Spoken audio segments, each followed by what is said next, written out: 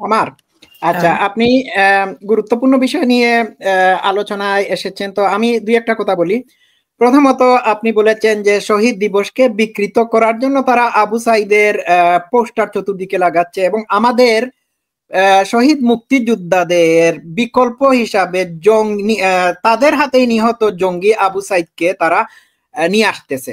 এবং 5ই আগস্টের যে সন্ত্রাসী হামলা হয়েছিল বা এর আগে থেকে যে সন্ত্রাসী হামলাগুলো চালানো হয়েছিল, এই সকল সন্ত্রাসী হামলাতে যে সমস্ত জঙ্গিরা নিহত হয়েছে, সেই সমস্ত জঙ্গিদেরকে তারা শহীদ আখ্যায়িত করে আমাদের মুক্তিযুদ্ধের শহীদদেরকে অপমানিত করে এই নিহত জঙ্গিদেরকে তারা বিকল্প হিসাবে দাঁড় করাচ্ছে। এটি হচ্ছে তাদের মেটিকুলাস ডিজাইনের অংশবিশেষ। আমি সংক্ষিপ্ত ভাবে বললাম, আপনি একটু ধৈর্য ধরে শুনুন, আমি আমার আর কিছু তথ্য প্রমাণাদি আপনাদের সামনে আমি হাজির করতেছি। আচ্ছা, এইবার এইবার এই যে মনে আছে ইনুস যে বলেছিল রিসেট বাটনে পুশ করে সবকিছু, অতীতের সবকিছু ডিলিট করে দেবে। পরবর্তীতে তার পক্ষে দাঁড়িয়ে প্যানিক বোধ এটির ব্যাখ্যা বা তাফসির দিয়েছে, বুঝতে পেরেছেন? এখন এখন রিসেট বাটনে চাপ দিয়ে আমাদের অতীতকে ডিলিট করার কথা যে ইনুস বলেছে, এটিও তার মেটিকুলাস ডিজাইনের অংশ বিশেষ। ঠিক আছে, পরবর্তীতে চাপের মুখে পড়ে সে ভিন্নভাবে ব্যাখ্যা দিয়েছে, কিন্তু যে কথাটি সে বলেছে এটি সে কার্যকর করতে যাচ্ছে। আমি পয়েন্টে আসি। Excuse me. নাম্বার ওয়ান, তারা আমাদের ইতিহাস, স্বাধীনতার ইতিহাস, মুক্তিযুদ্ধের ঐতিহ্য, মুক্তিযুদ্ধের সংগ্রাম, এগুলোকে এখন সরাসরি পরিবর্তন করতে পারছে না, কিন্তু এগুলোর বিকল্প তারা দাঁড় করাচ্ছে। যেমন শহীদ মেলা, খুব খেয়াল করে শুনবেন, বিজয় দিবসের জায়গায় তারা শহীদ মেলা নিয়ে এসেছে, এবং শহীদ মেলায় কাদের ছবি থাকবে? আমাদের একজন শহীদ মুক্তিযোদ্ধার কোনো ছবি থাকবে না, একজন বীরঙ্গনার ছবি থাকবে না, মানে ছবি থাকবে না, থাকবে ওই নিহত জঙ্গিদের ছবি। তো এরা কি 1971 সালে দেশ স্বাধীন করেছিল? দেশের স্বাধীনতা যুদ্ধে অংশগ্রহণ করেছিল? উত্তর হচ্ছে না। তাহলে এই যে বিজয় মেলা, হ্যাঁ, শহীদ মেলা, তারপর ওই যে শহীদি মাস, এই হোয়াট ইজ ননসেন্স? এইগুলো তারা, আমি ননসেন্স বলছি, এগুলো ননসেন্স না, এইগুলো তাদের পরিকল্পনার অংশ বিশেষ।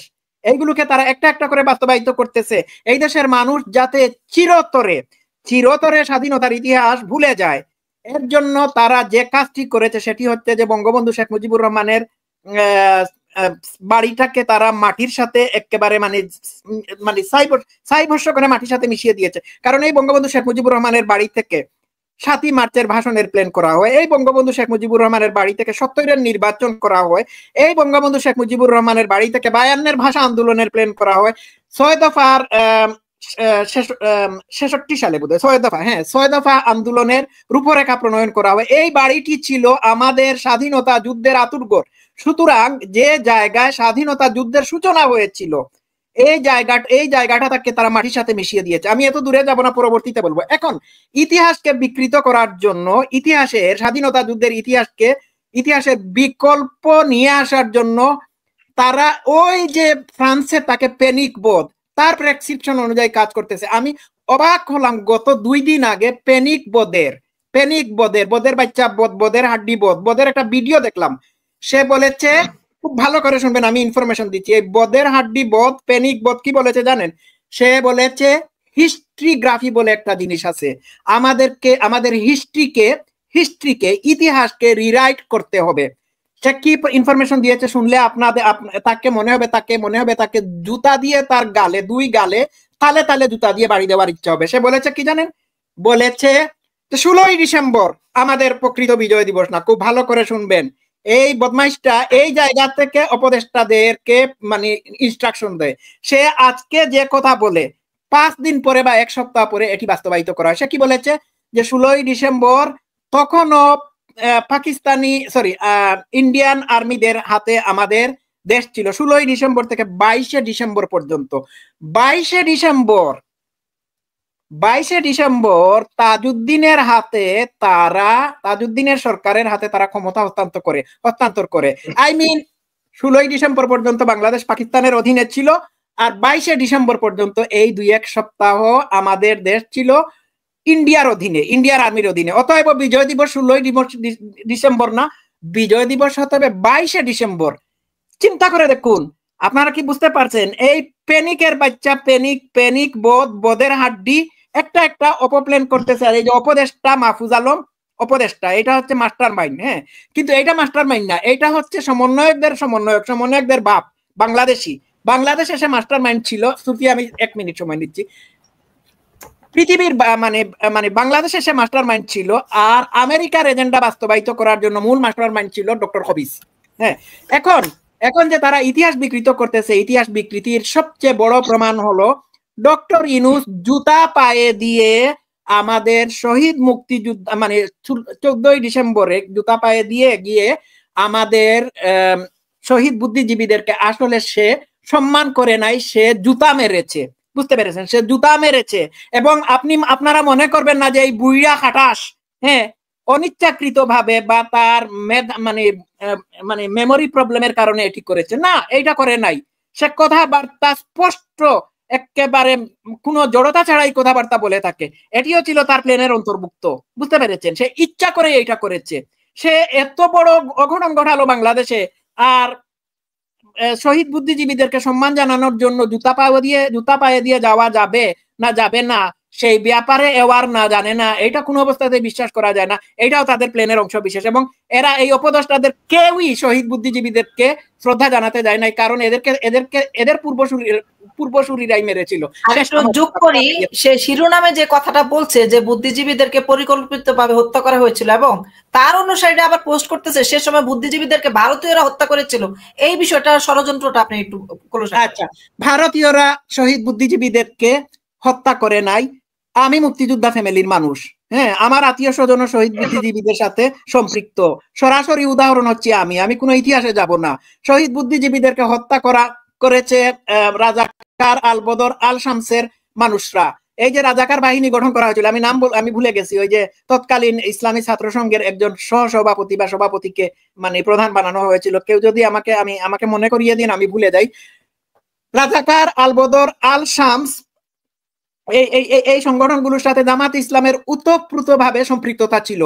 এবং ফরমানালির হাতে বুদ্ধিজীবীদের লিস্ট তৈরি করে দেওয়া হয়েছিল। 25শে মার্চ রাত্রি থেকেই শহীদ বুদ্ধিজীবীদেরকে ধরে নিয়ে হত্যা করা হয়।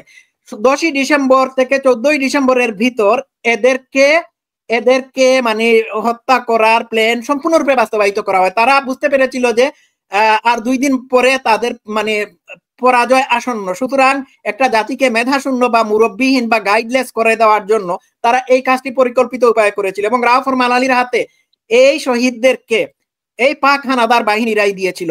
ভারতীয়রা কি করে, আমাকে একটু বলেন তো শ্রুতি, কাম টু দা পয়েন্ট। ভারতীয় সৈন্যরা কি বাংলাদেশের শহীদ বুদ্ধিজীবীকে না কে তারা জানে? এদেরকে পরিচয় করিয়ে দিয়েছে বাঙালিরা। বাঙালিদের মধ্যে রাজাকাররা ছিল না, আলবদর আল শামসরা ছিল না, এই তো বাঙালিদেরকে দিয়েই তো বানানো হয়েছিল। এখন এই বাঙালিরাই তো বাঙালিদেরকে ভালো করে চিনে। এখন ভারতের কি কোনো রাজাকার আলবদর বাহিনী ছিল যে যারা তাদেরকে চিনিয়ে দিত এরা শহীদ বুদ্ধিজীবী না? এখান থেকেই তো প্রমাণিত হয়। এখন 2 দিন পরে কি বলবে তারা জানেন? শহীদ বুদ্ধিজীবীদেরকে ভারতীয়রা হত্যা করেছে। আর তারা তো অলরেডি বলে ফেলছে যে বলা শুরু করে দিয়েছে যে আমাদের মা বোনদেরকে ভারতীয় সৈন্যরা পাকিস্তানি হানাদার বাহিনীর ড্রেস পরে ধর্ষণ করেছে। তো আমার এলাকায়, আমি বলবো না, আমার এলাকায় আমাদের আত্মীয় স্বজন যেসব মহিলারা ছিল এদেরকে কি ভারতীয় সৈন্যরা ধর্ষণ করেছিল? সিলেটের তামাবিলে একটা ট্রাক ভর্তি, শুনেন আপনাদের চোখে জলে চলে আসবে, আমি লাইভে বলেছি। এসটিভি, এই সিলেট টিভি একটা আছে, টেলিভিশন চ্যানেল আছে ইংল্যান্ডের। এইখানে আমি একজন মুক্তিযোদ্ধা সাক্ষাৎকার শুনেছি। উনি বলেছেন আমি মুক্তিযুদ্ধে জয়েন করতাম না, যখন আমি দেখলাম যে তামাবিলের দিকে, সিলেটের তামাবিলের দিকে একদিকে ট্রাক ভর্তি বাঙালি মহিলাদেরকে ধরে নিয়ে যাওয়া হচ্ছিল। হ্যাঁ, ট্রাক ভর্তি বাঙালি মহিলাদেরকে ধরে নিয়ে যাওয়া হচ্ছিল। এবং এদের আশেপাশে বাঙালি রাজাকার আলবদর বাহিনীর মানুষরা। তখন আমি বলেছিলাম না, আমি আর থাকতে পারবো না। আমি তখনই অস্ত্র হাতে নিয়ে ভারতে চলে যাই, আমি স্বাধীনতা যুদ্ধে অংশগ্রহণ করি। আমি একটা উদাহরণ দেই, আমার ফ্যামিলিতে আমার ভাবি, আমার আপন ভাবি, আমার বড় ভাইয়ের বউ ভাবি, তার ভাই ছাত্র ইউনিয়ন করেন, উনি মুক্তিযুদ্ধে অংশগ্রহণ করেছেন। উনি উনার ভাইয়ের ঘর থেকে ওই কার্ল মার্কস লেনিনের বইগুলো সরানোর চেষ্টা করতেছিলেন লাইব্রেরি থেকে, বাড়িতে কেউ নাই, হঠাৎ করে একটা পাকিস্তানি পাঞ্জাবি হানাদার তার হাতের মধ্যে ধরে ফেলে। উনি চিৎকার করে বলেন, দাদা আমাকে বাঁচাও, বাঁচা বাঁচা বলে চিৎকার করেন। তখন উনার সম্পর্কে একজন দাদা হন উনার বাড়িতে, পাঠান বাড়ি, হ্যাঁ দাদা হন, উনার দাদা এসে বলেন, তোমারা কি মা বেহেন নেই হে? তোর কখন পাকিস্তানি বলছে এ মুসলমান নেই है, উনি বলছেন মুসলমান है और नहीं है, तुम क्यों ऐसा काम करता है, छोड़ दो इसको। এটা আমাদের ফ্যামিলির ঘটনা। আর এরা বলে পাকিস্তানিরা মানে ওই সরি কি জানি আপনি বললেন ওই বুদ্ধিজীবীদেরকে ভারতীয়রা মারছে। ভারতীয়রা তো এসেছিল তোদেরকে মারার জন্য, আমাদের বুদ্ধিজীবীদেরকে মারবে কেন? মারলে তোদের বুদ্ধিজীবীদেরকে মারবে। ঠিক আছে, এখন এই সাদা শকুন কি বলেছে, জামাতি ডাক্তার শকুনুর রহমান, সে বলেছে আমি মুক্তিযোদ্ধা পরিবারের সন্তান। আরে তুই মুক্তিযোদ্ধা পরিবারের সন্তান, তুই মুক্তিযুদ্ধে অংশগ্রহণ করলি না কেন? এরা কয়দিন পরে কি বলবে জানেন? কয়দিন পরে বলবে যে 71-এর স্বাধীনতা যুদ্ধে আমরাই অংশগ্রহণ করেছিলাম, আমাদের জামাতিরা অংশগ্রহণ করে পাক হানাদার বাহিনীর বুকে গুলি চালিয়ে দিয়ে দেশকে স্বাধীন করেছে। এরা এটাই বলার বাকি রয়েছে, এটাই শুনবেন, আমি আর বলবো